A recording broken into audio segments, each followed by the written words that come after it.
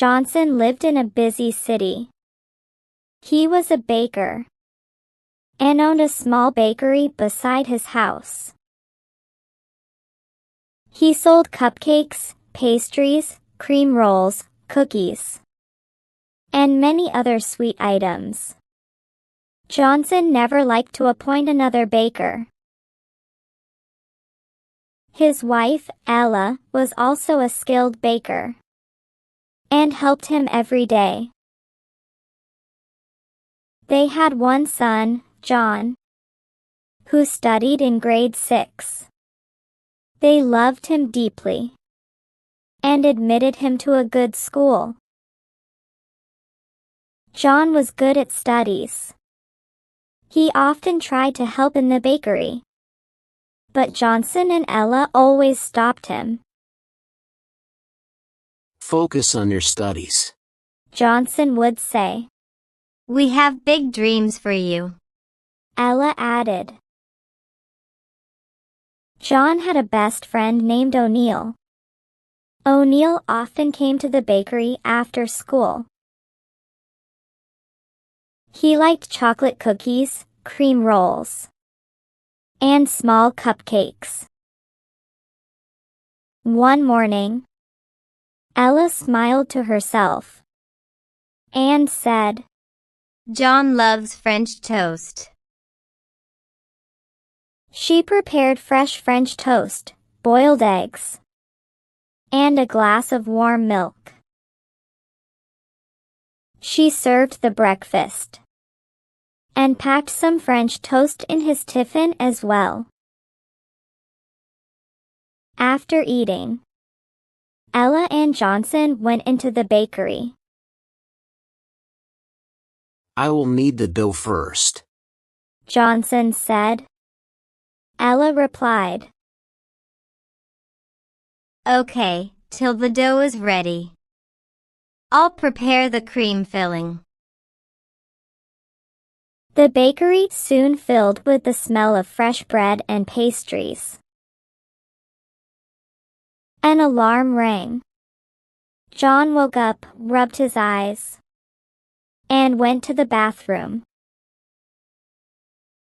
After getting dressed, he came to the kitchen with his bag. Wow! My favorite breakfast, he said happily. He ate French toast, drank milk, and ate boiled eggs and enjoyed his meal. Then he put his lunchbox in his bag and rushed to the bakery. In the bakery kitchen, Ella and Johnson were busy. Mom, Dad. I'm going, John said. Ella smiled and gave him cookies. John looked into the showcase and said, I love this pastry. Can I have it? Johnson smiled. Of course, my son. John took it happily and walked out. Ella called after him. Did you take your lunchbox? Yes, Mom.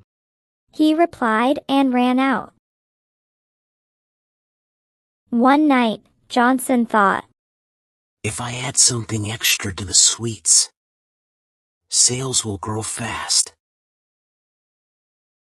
And I can give John the life I've always dreamed for him. The next morning in the bakery, Johnson spoke. We can mix drugs to increase sales. Ella hesitated. That's risky. Only one item, Johnson said. After thinking, Ella nodded reluctantly. Later that day, they prepared a batch of pink pastries and mixed the drug into them. Our sales will grow, Johnson smiled. Ella nodded, smiling. After After breakfast, John came into the bakery. He looked at the pink pastries and reached out. Ella said quickly, "This is not for you." John was surprised. Why not? Do as we say. Johnson said coldly, and handed him a chocolate pastry instead. John headed toward the door, with the chocolate pastry in his hand. Why didn't Mom and Dad give me that pink pastry? He wondered. Soon, customers started arriving. A man bought 2 pink pastries for his son. Day by day, more people came, and sales increased rapidly. The pink pastries became the most popular item in the bakery. One evening, O'Neill came into the bakery. He picked out some cookies and a chocolate pastry. As he was paying, he noticed the pink pastries in the showcase and pointed. "Aunt, I want that pink pastry," he said eagerly. Ella smiled and gave him one. Soon, O'Neill became addicted. In class, O'Neill began dozing off.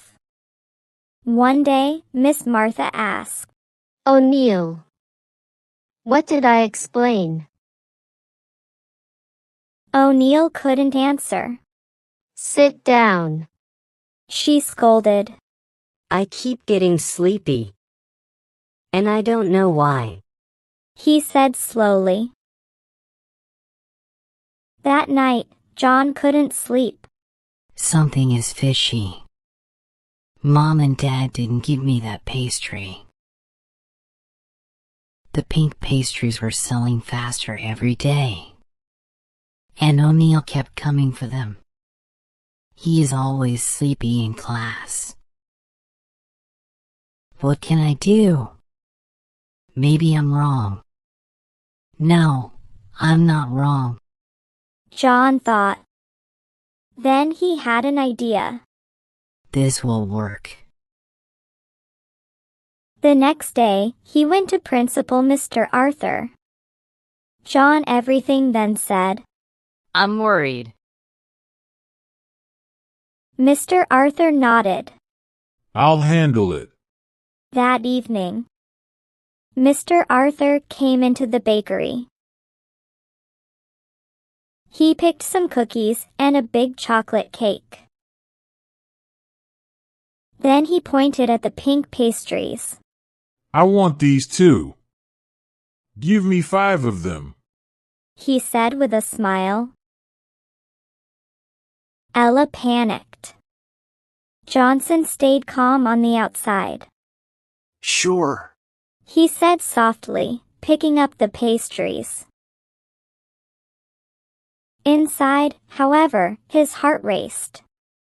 After buying the pastries, Mr. Arthur took them to a lab. He handed them for testing. The next morning, he got the report. John was right. He sighed. That evening, Mr. Arthur arrived at the bakery with the police. The officer arrested Johnson and Ella. The bakery was sealed. John stood beside Mr. Arthur. Tears were falling down his cheeks. Mom, Dad, you didn't do right with me. Johnson and Ella's faces fell. They were taken away in the police van. Mr. Arthur hugged John. Don't be sad. I would be honored if you become my son. Will you? John nodded slowly. Mr. Arthur smiled. You made a great sacrifice. Now you are my son, and you will live with me. Moral: wrong choices can ruin your life.